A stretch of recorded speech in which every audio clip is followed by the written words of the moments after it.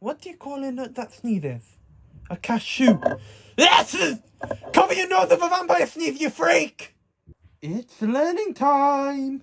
Unless you're too cool for school!